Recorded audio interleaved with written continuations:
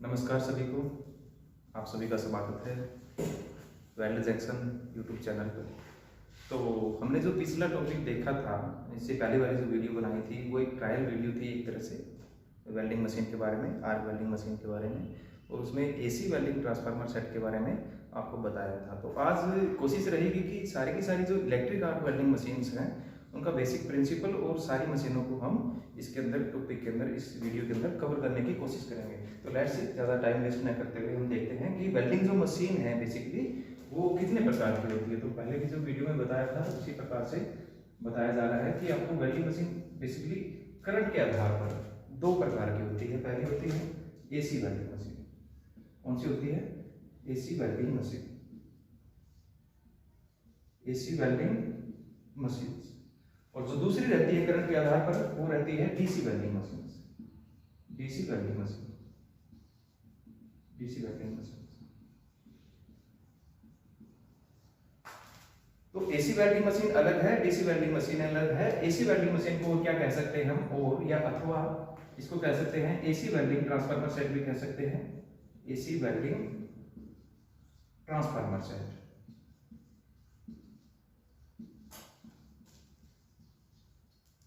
और क्या कह सकते हैं एसी वेल्डिंग मशीन को? स्टेप डाउन ट्रांसफार्मर सेट भी कह सकते हैं। AC step down welding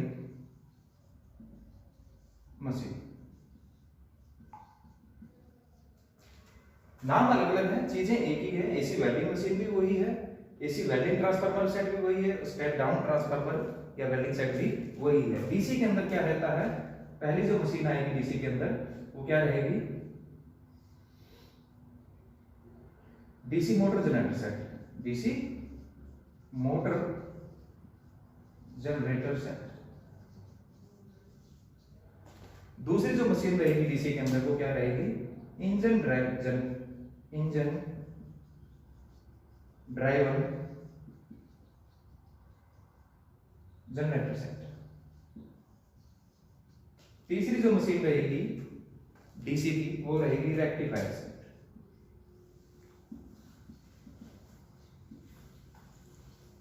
fourth one जो रहेगी डीसी के अंदर वो रहेगी इन्वर्टर बेस्ड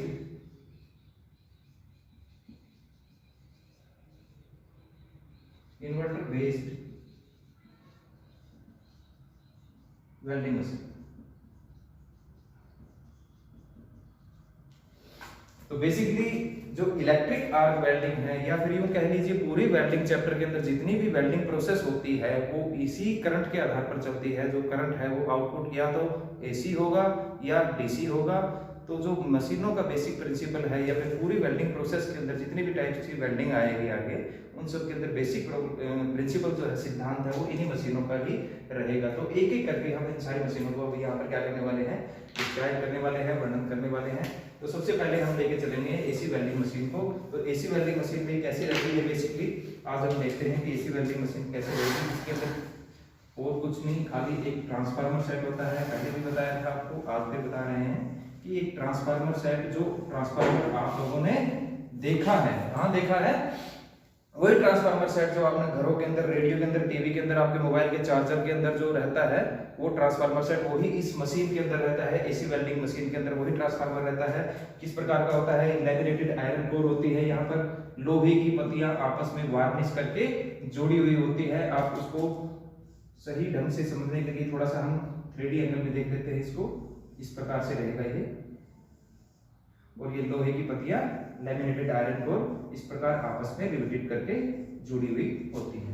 तो इसमें क्या रहता है? मेन सप्लाई रहती है इसके अंदर। मेन सप्लाई के अंदर प्राइमरी वाइंडिंग, ठीक है, इसको बोलेंगे इनपुट। क्या है ये? इनपुट। इनपुट क्या रहेगा? 220 वोल्ट या 440 वोल्ट। तो ये इनपुट रहेगा इसका। सेकेंडरी वाइंडिंग के अंदर क्या होता है? तारों की लपेटे हुए तारों की संख्या कम रहती है। प्राइमरी वाइंडिंग के अपेक्षा लपेटे गए तारों की संख्या कम रहेंगी, क्योंकि कौन सा ट्रांसफार्मर है? स्टेप डाउन, और स्टेप अप के अंदर ज्यादा रहेगी। तो वो तो यूज ही नहीं होता वेल्डिंग के अंदर। तो बेसिक सा क्या देखेंगे हम? स्टेप डाउन ट्रांसफार्मर के अंदर लपेटे गए तारों की संख्या सेकेंडरी वाइंडिंग के अंदर कम है। यहाँ पर एक रेगुलेटर लगा होगा, इसको हम नाम दे देंगे रेगुलेटर। जो कि करंट को रेगुलेट करेगा। हमें जितना करंट चाहिए वेल्डिंग के लिए वो करंट हमें बना के देगा। इसका एक सिरा इलेक्ट्रोड होल्डर के साथ जोड़ देते हैं और दूसरा सिरा जोब के साथ जोड़ देते हैं। दूसरा सिरा किसके साथ जोड़ देते हैं? जोब के साथ जोड़ देते हैं। सबसे पहले इसके पार्ट्स को देखेंगे हम। ये कहलाएगी हमारी primary winding. Primary winding copper की तार है, कॉपर की तारों को लपेटा गया है लोहे की पत्तियों के ऊपर। दूसरा इसका नाम देंगे हम सेकेंडरी वाइंडिंग।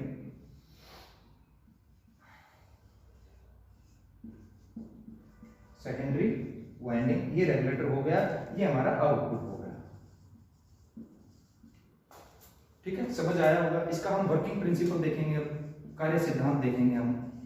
वर्किंग प्रिंसिपल किस प्रकार कार्य करती है एसी वेल्डिंग ट्रांसफार्मर सेट।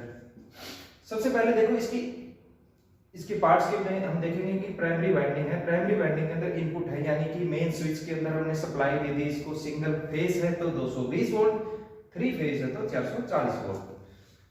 जब प्राइमरी वाइंडिंग के अंदर करंट आता है तो क्या होता है कि इसके अंदर एक मैग्नेटिक फील्ड क्रिएट होता है, क्योंकि लोहे की पत्तियां हैं और आपस में वार्निश या लेप लगा के जुड़ी हुई थी। एमएस 3% सिलिकॉन है इसके ऊपर, ताकि इसमें इंसुलेशन भी बना रहे।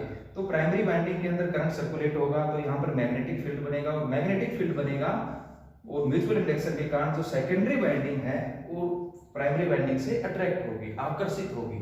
आकर्षण का सिद्धांत पढ़ा होगा आपने। प्राइमरी वाइंडिंग से सेकेंडरी वाइंडिंग प्राइमरी वाइंडिंग से अट्रैक्ट होगी और ये करंट अपने अंदर ले लेगी। किस प्रकार ले लेगी? वो बहुत अलग प्रोसेस है कि लैमिनेटेड आयरन कोर के अंदर काल्पनिक रेखाएं हैं जो फ्लक्स का निर्माण करती है। फ्लक्स वेल्डिंग वाला फ्लक्स नहीं है, ये जो काल्पनिक रेखाएं हैं फ्लक्स का निर्माण करती है, जिसके कारण यहाँ सेकेंडरी वाइंडिंग के अंदर करंट फर्स्ट वाइंडिंग यानी प्राइमरी वाइंडिंग से अट्रैक्ट होकर सेकेंडरी वाइंडिंग के अंदर चला जाएगा, और सेकेंडरी वाइंडिंग से करंट फिर आउटपुट हम ले लेंगे। आउटपुट यानी किसके लिए? वेल्डिंग के लिए ले लेंगे। और आउटपुट का एक सिरा इलेक्ट्रोड होल्डर के साथ जुड़ा है, दूसरा सिरा किसके साथ जुड़ा है? जोब के साथ जुड़ा है। तो इस प्रकार दोनों का जो सर्किट है वो कंप्लीट हो जाएगा, और सर्किट पूरा होने के बाद क्या बन जाएगी? आर्क बन जाएगी। तो इसी के साथ मैं प्रिंसिपल ऑफ आर्क भी समझा देता हूं कि कोई भी एसी वेल्डिंग मशीन हो या फिर डीसी वेल्डिंग मशीन हो, जो आउटपुट सिरा है जब सर्किट कंप्लीट होगा तो आर्क बनेगी, और 3 से 5 mm जो है गैप रखेंगे। और इस गैप के अंदर क्या है कि एयर जो है वो गर्म होके सुचालक का कार्य करेगी। किसके सुचालक का? करंट के सुचालक का कार्य करेगी, और इलेक्ट्रॉन उस हॉट एयर से थ्रो होंगे, गोन होंगे इलेक्ट्रोमोटिव फोर्स के कारण। ये आपने पढ़ा होगा। तो उसके कारण यहाँ पर करंट का सुचालक का कार्य करेगी, वायु गर्म होंगे, और इस प्रकार से आर्क जनरेट हो जाएगी। और उसका तापमान 4000 डिग्री सेंटीग्रेड से 5000 डिग्री सेंटीग्रेड तक रहता है। तो ये बेसिक सा प्रिंसिपल है इसका। फिर से मैं बता देता हूं कि प्राइमरी वाइंडिंग के अंदर करंट आया, प्राइमरी वाइंडिंग के अंदर करंट सर्कुलेट हुआ, सर्कुलेट होने के बाद यहाँ पर मैग्नेटिक फील्ड क्रिएट हुआ। मैग्नेटिक फील्ड क्रिएट होने के बाद चुंबकीय क्षेत्र पैदा होने के बाद सेकेंडरी वाइंडिंग ने प्राइमरी वाइंडिंग से करंट लिया। इनके बीच में डायरेक्टली कोई संबंध नहीं है। मैं फिर बताता हूं कि सेकेंडरी वाइंडिंग और प्राइमरी वाइंडिंग के अंदर डायरेक्टली कोई संबंध नहीं है, सिर्फ करंट देती है वो काल्पनिक रेखाएं, फ्लक्स, ये लैमिनेटेड आयरन कोर होती है, इनके थ्रू या फिर चुंबकीय क्षेत्र बनने के कारण। और सेकेंडरी वाइंडिंग के अंदर क्या क्रिएट होता है? ईएमएफ क्रिएट होता है, इलेक्ट्रोमोटिव फोर्स क्रिएट होता है। और इलेक्ट्रोमोटिव फोर्स क्या करता है? इलेक्ट्रॉन को आगे की तरफ धकेलता है। यहाँ रेगुलेटर लगा है, रेगुलेटर का मतलब ये भी लैमिनेटेड आयरन कोर्स हैं, और इसके अंदर करंट को कम या ज्यादा वेल्डिंग के अनुसार किया जाता है। फिर इलेक्ट्रोड होल्डर के साथ एक सिरा, दूसरा जोब के साथ एक सिरा, और इलेक्ट्रोड ने क्या किया? इसके साथ संपर्क बना के सर्किट पूरा करके करंट को क्या किया? एक परिपथ पूरा हुआ, और जिसे 3 से 5 mm का गैप बनाने पर हॉट एयर हुई, गर्म हवा सुचालक का कार्य किया और इलेक्ट्रॉन को थ्रो किया, सर्किट पूरा हुआ, आर्क बनी, जिसका टेम्परेचर 4000 डिग्री से 5000 डिग्री सेंटीग्रेड तक है, और जिससे वेल्डिंग हमारी सुचारू रूप से चलती जा रही है। इसके बाद हम देखेंगे, ये मशीन हमारी कंप्लीट होगी। इसके बाद हम देखेंगे डीसी वेल्डिंग सेट की तरफ। तो एसी वेल्डिंग सेट हमारा कंप्लीट हो चुका है। डीसी वेल्डिंग सेट जैसे एसी के अंदर वो कुछ नहीं, खाली इसकी बाहर की तरफ एक बॉडी लगा दो तो एक बॉडी बन जाएगी, 2 टायर लगा दो, और इसको ठंडा करने के लिए ऑयल कूल्ड हो सकता है, ट्रांसफार्मर ऑयल, और पंखा लगा दिया इसके ऊपर तो एयर कूल्ड हो गया। तो एसी जो वेल्डिंग सेट है, जो आपने देखा होगा, दुकानों के ऊपर भी देखा होगा या कहीं भी देखा होगा, यानी कि एसी ही इसके अंदर इनपुट है और एसी ही इसके अंदर आउटपुट है। मेनली फेरस मेटल को इसमें वेल्डेड किया जाता है। तो इस मशीन के अंदर ज्यादा अलग से कुछ नहीं था कि वेल्डिंग के अंदर क्या होता है। इसका बेसिक प्रिंसिपल जो रहता है, वो कोई भी एसी करंट से वेल्ड कर रहे हो या डीसी करंट से कर रहे हो, वो बेसिक प्रिंसिपल याद रहना आपको जरूरी है। और बेसिक प्रिंसिपल वेल्डिंग का यही है कि लो वोल्टेज रहती है और हाई करंट रहता है। ये बेसिक प्रिंसिपल है, इसके बिना वेल्डिंग हो ही नहीं सकती। आपको वोल्टेज लो रखनी है, हाई करंट रखेगा। काम कौन करेगा? ये ट्रांसफार्मर सेट करेगा कि इसने वोल्टेज को लो कर दिया। कितना कर दिया? 40 से 100 वोल्ट के बीच कर दिया है, जिससे हमें बिजली का झटका आउटपुट में दिखाई नहीं देता या लगता नहीं या फिर महसूस नहीं होता। तो ये बेसिक प्रिंसिपल है वेल्डिंग का कि लो वोल्ट और हाई करंट। करंट का मतलब है यहाँ एम्पियर से। और किसी भी मशीन का साइज किससे मापा जाता है? किसी भी मशीन का साइज उसके आउटपुट करंट से मापा जाता है। बोलिए 350 एम्पियर की मशीन लेके आओ, 350 एम्पियर की मशीन लेके आओ, तो उसमें क्या है? वो मशीन का साइज कहलाएगा। क्या कहलाएगा? साइज कहलाएगा। तो let's see DC welding set देखते हैं हम, डीसी मोटर जनरेटर सेट।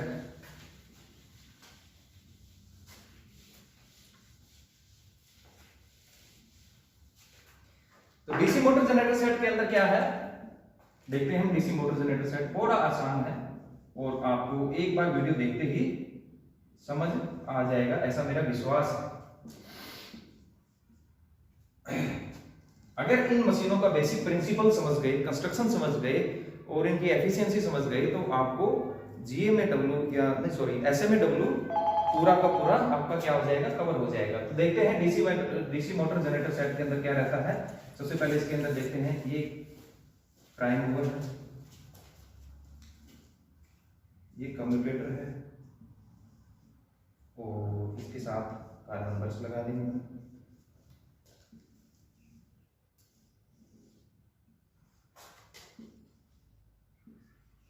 एक सिरा इसका भी इलेक्ट्रोड होल्डर के साथ और दूसरा सिरा जोड़ के साथ।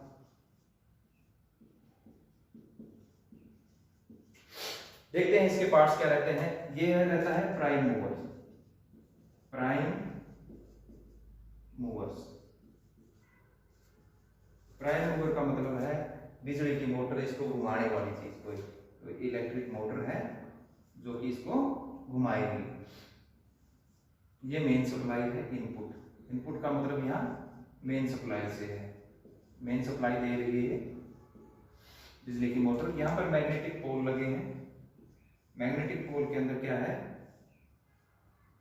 ये एक तरह से इलेक्ट्रिक सर्किट के साथ जोड़ा जाता है। मैग्नेटिक पोल क्या है? चुंबकीय ध्रुव है और उन तांबे के बने होते हैं या फिर तांबे की तारें, जो लेमिनेटेड आयरन कोर हैं, लोहे की पत्तियां हैं, उनके ऊपर तांबे की तारें वगैरह लपेटी होती हैं, ताकि चुंबकीय ध्रुव एक चुंबकीय बल पैदा करे या फिर चुंबकीय क्षेत्र पैदा करे, जिससे क्या है कि ये जो कम्यूटेटर है, ये क्या है? आर्मेचर और कम्यूटेटर। ये जो हिस्सा है इसका, ये कहलाता है आर्मेचर।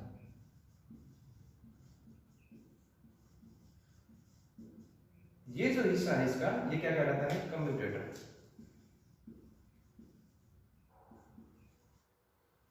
ठीक है। और ये जो हिस्सा है इसका, ये कार्बन ब्रश कहलाता है। Carbon brush. अब देखते हैं कि इसका कार्य सिद्धांत क्या है, या फिर आप कह सकते हो वर्किंग प्रिंसिपल। वर्किंग प्रिंसिपल या फिर कार्य सिद्धांत। देखते हैं कैसे काम करती है डीसी मोटर जनरेटर सेट। 4 मशीनें बताई हैं आपको, 2 मशीनें एक में ही कवर हो जाएंगी। कैसे कवर होंगी हम देखते हैं। बेसिकली इसमें क्या है? इनपुट एसी लिया जाता है।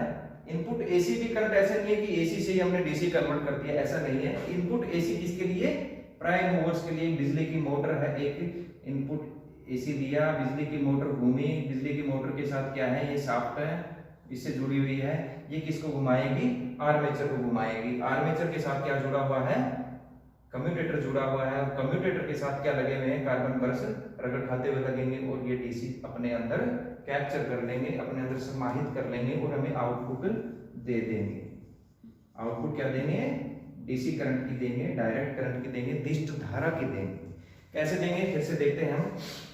सबसे पहले मेन सप्लाई में इलेक्ट्रिक मोटर इसको घुमाएगी, घुमाने के बाद इसमें आर्मेचर घूमेगा और इसके साथ जो मैग्नेटिक पोल है, यहाँ पर चुंबकीय ध्रुव है, ये चुंबकीय बल या चुंबकीय रेखाएं उत्पन्न करेंगे। चुंबकीय रेखाएं उत्पन्न होने के कारण कम्यूटेटर की में यहाँ जो वाइंडिंग हुई है, इसमें आर्मेचर के अंदर किसकी वाइंडिंग है? ये कॉपर के तारों की वाइंडिंग है। जैसे पंखा वंखा देखा होगा आपने, उसके अंदर वाइंडिंग है, खांचे कटे हुए हैं, वैसे ही यहाँ पर खांचे कटे हुए हैं, तारों की वाइंडिंग है कॉपर की, और तारों की वाइंडिंग के कारण मैग्नेटिक पोल जब ये चुंबकीय क्षेत्र उत्पन्न करता है, तो चुंबकीय क्षेत्र उत्पन्न करने के कारण वो रेखाएं इसको काटती है, जिसके कारण ये मूविंग पोजीशन में आ जाता है, घूमने लगता है। जब घूमेगा तो इससे जो उत्पन्न हुआ करंट है वो एक तरह से एसी करंट उत्पन्न होता है, फिर वो किसमें जाएगा?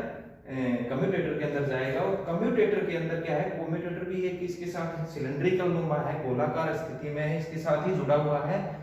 वो तांबे का बना होता है और उसके साथ कम से कम दो या ज्यादा से ज्यादा जनरेटर के अंदर तो 4 कार्बन ब्रश लगे होते हैं। कार्बन ब्रश क्या है? इसके साथ लगातार रगड़ खाएंगे और स्प्रिंग के साथ वो एडजस्ट किए हुए होते हैं ताकि इसके साथ रगड़ खाते रहें।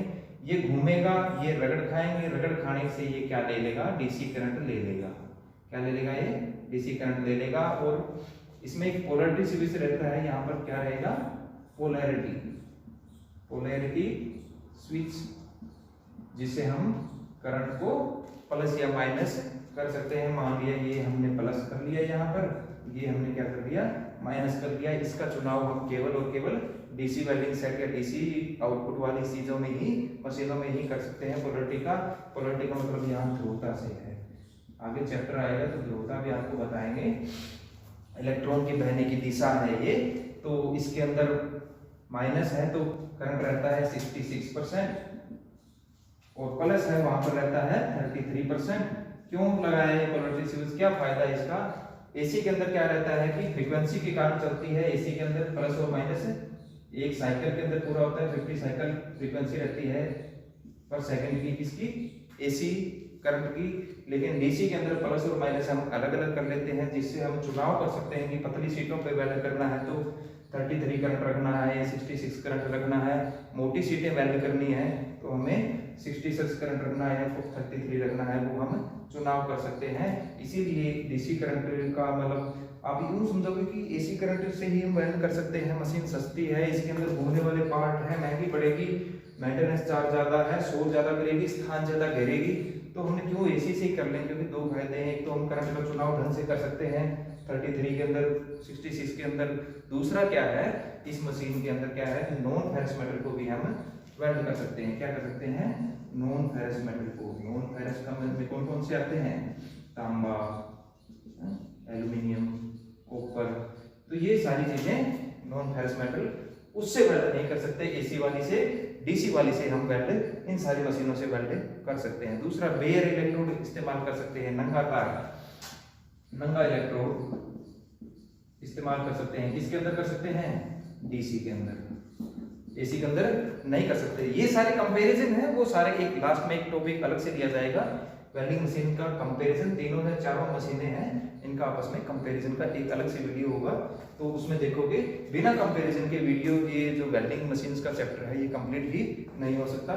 तो आपको मैं फिर से रिवाइज करवा देता हूँ। DC motor generator set main supply है। मेन सप्लाई से क्या हुआ? इलेक्ट्रिक मोटर या बिजली की मोटर घूमेगी, घूमने के साथ आर्मेचर वगैरह भी घूमेगा, लेकिन साथ में इसको कौन घुमाएगा? मैग्नेटिक पोल है। मैग्नेटिक पोल के अंदर चुंबकीय ध्रुव, चुंबकीय ध्रुव के अंदर मैग्नेटिक इफेक्ट पैदा होगा, चुंबकीय रेखाएं पैदा होगी, जिसके कारण ये आपस में काटती हुई, ये सिरे जो है वाइंडिंग ये कटती हुई चलेगा। और ये जो कम्यूटेटर है, कम्यूटेटर और आर्मेचर के बीच में संबंध ये कि आपस में जुड़े हुए हैं। और कम्यूटेटर और ये जो आर्मेचर की वाइंडिंग है, ये कम्यूटेटर के साथ टांका लगाया होता है सोल्डरिंग का।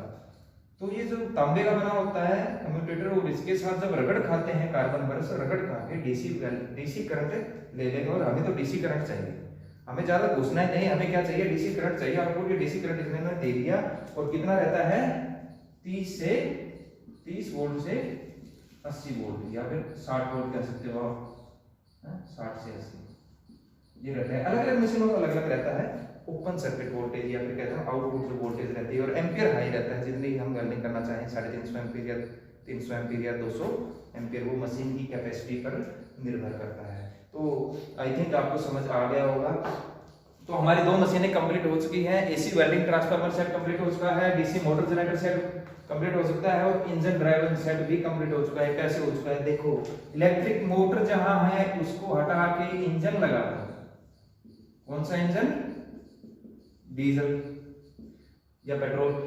इंजन अगर लगा दिया तो घुमाने का काम कर रही है बिजली की मोटर, तो और तो कोई काम ही नहीं कर रही, तो ये काम इंजन भी कर सकता है। तो ये कौन सी मशीन हो गई कंप्लीट हमारी, इंजन ड्राइवर, इंजन से चलने वाली जनरेटर सेट। कहाँ इस्तेमाल की जाती है, जहां पर बिजली की सुविधा हो वहां पर मोटर जनरेटर सेट इस्तेमाल कर लेंगे, और जहां बिजली की सुविधा नहीं है, साइट पे काम करना है, ऐसे फील्ड में काम करना है बाहर जहां बिजली नहीं है, तो इंजन ड्राइवर जनरेटर सेट इस्तेमाल कर लेंगे। तीसरा सेट बहुत ही महत्वपूर्ण और बहुत ही आसान, क्योंकि आपने ये देख लिया है। अब ये सोचोगे कि कहाँ देख लिया है, तीसरे नंबर की मशीन कहाँ देखी है, यही देखी है आपने, बोर्ड पे देखी है और आज ही देखी है। देखते हैं कैसी है।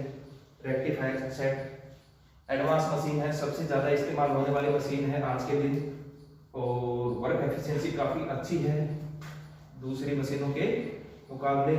तो हम देखेंगे इसको कैसे काम करती है, कैसी इसकी कंस्ट्रक्शन रहती है।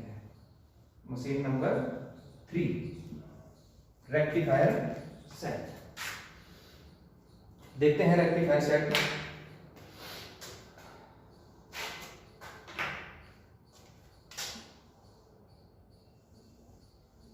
ट्रांसफार्मर सेट वही जो एसी वेल्डिंग मशीन का था, ट्रांसफार्मर सेट वही इसमें भी ट्रांसफार्मर सेट ही होता है।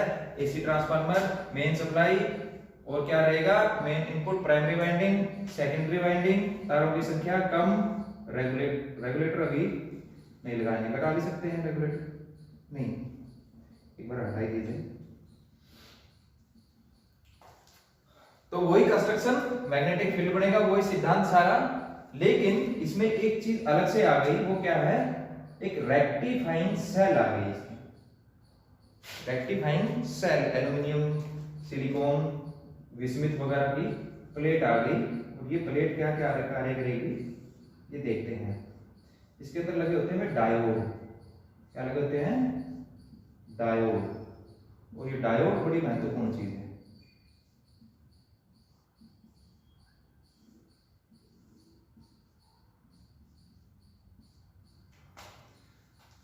प्राइमरी वाइंडिंग, दूसरा है laminated iron core, laminated iron core, secondary winding,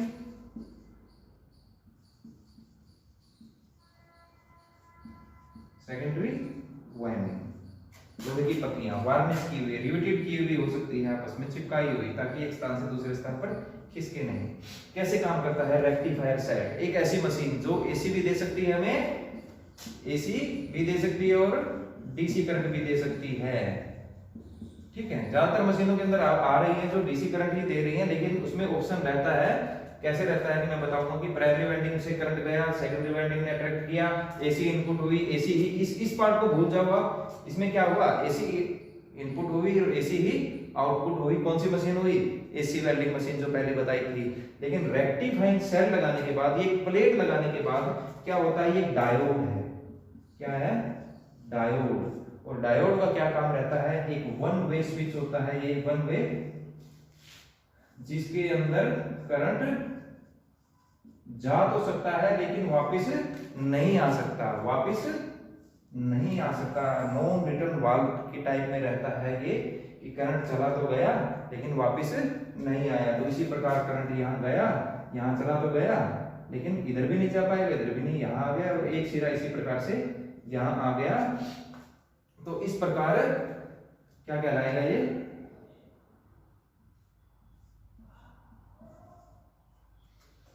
इस प्रकार ये डायोड है, ये प्लस और माइनस को अलग अलग कर देते हैं, तो हमें डीसी करंट प्राप्त हो जाता है। एक स्विच यहाँ पर लगा हुआ होगा, जो स्विच क्या कर देगा, अगर डीसी वाले कनेक्शन को काट देगा और खाली हमें एसी भी मिल सकती है, और अगर इस स्विच के साथ इसके साथ कनेक्ट कर दिया तो हमें करंट कौन सा मिल जाएगा, डीसी मिल जाएगा। और रेगुलेटर तो यहाँ भी लगा होगा, इस करंट इसके साथ भी रेगुलेटर लगा होगा। तो ये बेसिकली कौन सा है, रेक्टिफायर सेट है, एडवांस मशीन है, जिसके साथ बिजली की खपत बिल्कुल कम हो गई। इसमें ज्यादा लगती थी, एसी वाले में ज्यादा लगती थी, इसमें तो बिजली की जरूरत ही नहीं, इंजन ड्राइवर है, इसके अंदर खपत कम हो गई। लेकिन आजकल एक और भी एडवांस मशीन आ गई है, इससे ज्यादा कम बिजली की खपत वाली, और बड़ी ही पोर्टेबल है, बड़ी आसानी से एक स्थान से दूसरे स्थान पर ले जा सकते हैं। IGBT बेस्ड या फिर इन्वर्टर बेस्ड वेल्डिंग मशीन।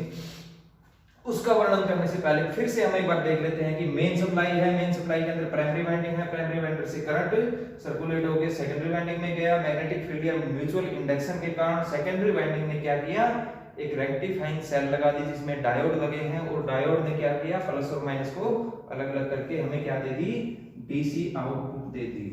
क्या दे दी, डीसी आउटपुट दे दी। वेल्डिंग के लिए दो करंट चाहिए मेनली, एक एसी एक डीसी, लेकिन प्रिंसिपल इसमें भी एक रहेगा। कौन सा प्रिंसिपल एक रहेगा, वो फिर से बता रहा हूं मैं, लो वोल्टेज और high current. Low voltage high current की बार बार मैं शब्द रिपीट एंड रिपीट करूंगा, क्योंकि किसी भी वेल्डिंग का बेसिक प्रिंसिपल यही है कि वोल्टेज लो होनी चाहिए और करंट ज्यादा होना चाहिए। करंट का मतलब यहाँ एम्पियर से है, एम्पियर करंट को मापने की इकाई है। तो ये हो गई हमारी inverter based welding machine, sorry rectifier set या rectifier welding machine. Last one, video काफी लंबी हो गई है, लेकिन मैं चाहूंगा कि इस मशीन को भी इसमें वर्णन कर ही दिया जाए, क्योंकि अलग अलग वीडियो बना के उनको थोड़ा सा कटिंग और फिर अपलोडिंग करना काफी दुष्कर कार्य से लग रहा है। तो कोशिश करेंगे इसी के अंदर कवर अप कर लिया जाए, खाली कंपैरिजन ऑफ मशीन को अलग से रख लिया जाए। हम देखेंगे इन्वर्टर बेस्ड वेल्डिंग मशीन। क्या देखने वाले हम, inverter based welding machine.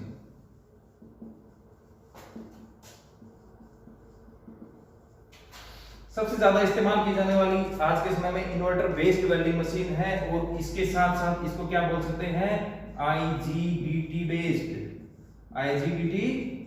Based welding machine. ये नाम आपने बहुत कम सुना होगा, लेकिन आज इसके बारे में भी सीख लो। क्या है IGBT बेस्ड मशीन, सबसे ज्यादा इस्तेमाल होने वाली आज के समय में।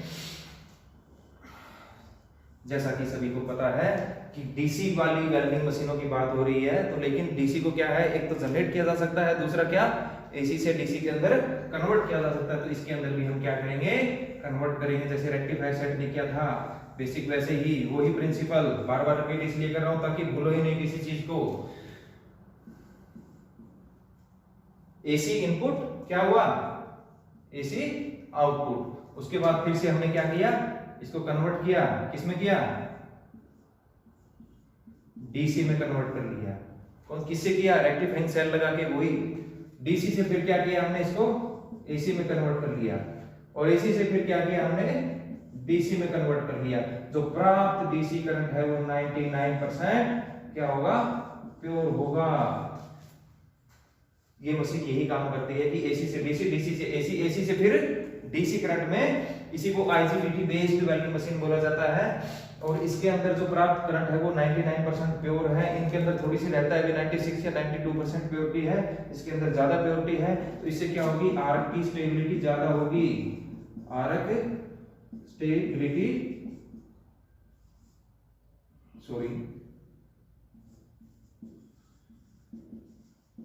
आर्क स्टेबिलिटी ज्यादा होगी, फ्लक्चुएशन कम होगा, करंट स्थिर रहेगा। और ये जो कांस्टेंट करंट, ये सारी जो मशीनें बताई आपने आपको, ये क्या है, कांस्टेंट करंट टाइप है। कांस्टेंट करंट और कांस्टेंट वोल्टेज टाइप क्या रहता है, ये बड़ी एक एडवांस थ्योरी है, किसी दिन एडवांस क्लास ली जाएगी इसकी, कांस्टेंट करंट और कांस्टेंट वोल्टेज। Constant voltage